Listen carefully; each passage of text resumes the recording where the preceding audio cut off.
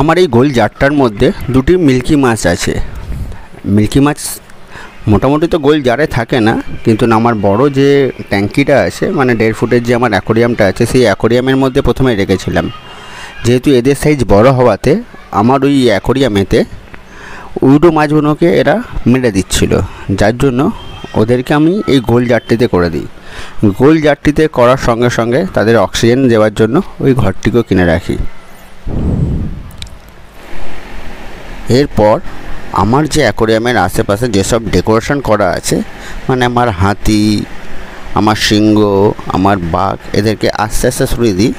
নাহলে এটা হচ্ছে আমার অপটিমাম, মানে ট্রান্সফরমার যে অপটিমাম, তাকে সরিয়ে দিই। আর আস্তে আস্তে হাতি ফাতিগুলোকে সরিয়ে দিই। সরিয়ে দেওয়ার পর আর এই যে আমার এটা দেখতে পাচ্ছেন, এর মধ্যে আমার ড্রাই ফ্রুট আছে মাছেদেরকে খাওয়ানোর জন্য। আজকে ভাবছি যে এদেরকে কেঁচো এনে খাওয়াবো, এবার আস্তে করে ওপরের ঢাকনাটাকে খুলে দিই। উপরের ঢাকনার সঙ্গে আমার মোটরের পাইপটাও সেট করা আছে। আস্তে আস্তে আপনারা হয়তো দেখতে পাচ্ছেন না, ক্যামেরার গাটে পড়ে যাচ্ছে। নেক্সট টাইম ভিডিও করার সময় আলাদা সাইড থেকে ভিডিও করব। খুলে দেওয়ার পর এবার আমি এদেরকে তুলে নিয়ে চলে যাই। তুলে নিয়ে এসে আমার বেসিংয়ের মধ্যে মাছগুলোকে ছেড়ে দিই। পাথরগুলোকে বেসিংয়ের মুখটার মধ্যে দিয়ে দিই, যাতে জলটা জমে থাকে। আর মাছগুলোকে আমরা ছেড়ে দিই।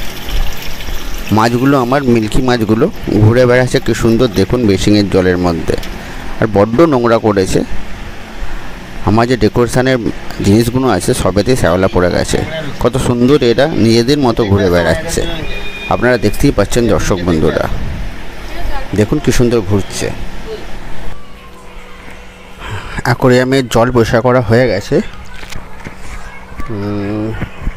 জল পরিষ্কার করার সঙ্গে সঙ্গে একটু করে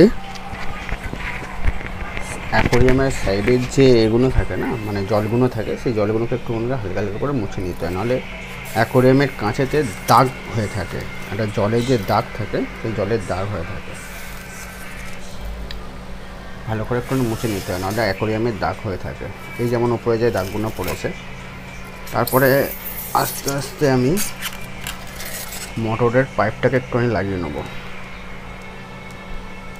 মোটরের পাইপটা লাগিয়ে নিই।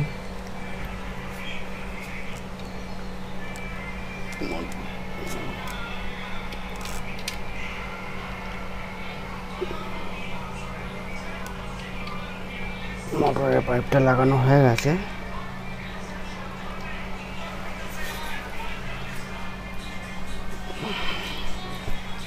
এরপরে আমি এর মধ্যে 2 ফোঁটা এদের ওষুধ দিয়ে দেবো। বেশি না, একদম 2 ফোঁটা। যেহেতু কম জল আছে, কম জলের মধ্যে 2 ফোঁটা, জাস্ট 2 ফোঁটা। এই 1 ফোঁটা, 2 ফোঁটা, ব্যাস। এরপরে আমি ঢাকনাটাকে চাপিয়ে দিই। পাইপটাকে সেট করে দিয়েছি, ঢাকনাটাকে করে দিই, সাইড করে চাপিয়ে দিই, যাতে আমি মোটরটা চালাতে পারি।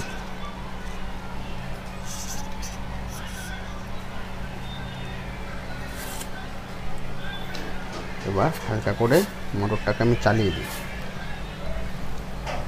তাহলে মাছেরা রিল্যাক্স হয়ে যাবে। মোটরটাকে চালিয়ে দিলে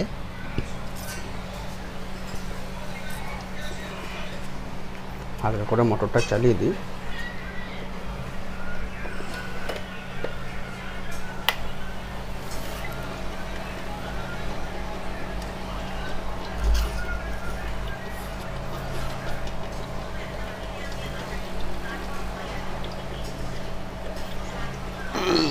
কোনো সমস্যা হয়েছে মনে হয়। পাথরের যে বাবেসটা ওঠে, বাবেসটার মধ্যে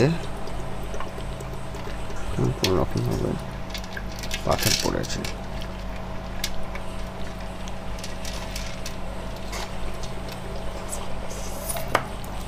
সরি, তারই খুলে গেছে, তার খুলে গেছে।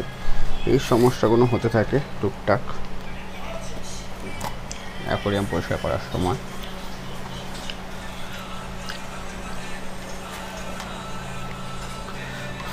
এগুলোই এক্সট্রা খাটনি আর কি।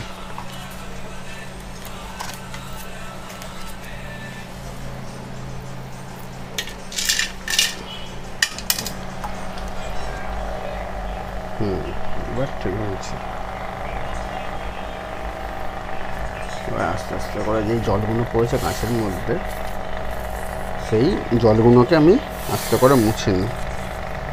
এটা একটুখানি রিল্যাক্স হয়ে যাওয়ার পর 2-4 ফোঁটা ড্রাই ফ্রুটও দিয়ে দিতে হয়, মানে খাওয়ার জন্য, যাতে ওরা রিল্যাক্স করতে পারে। ধন্যবাদ বন্ধুরা আপনারা এই আমার ভিডিওটাকে দেখার জন্য। ধন্যবাদ।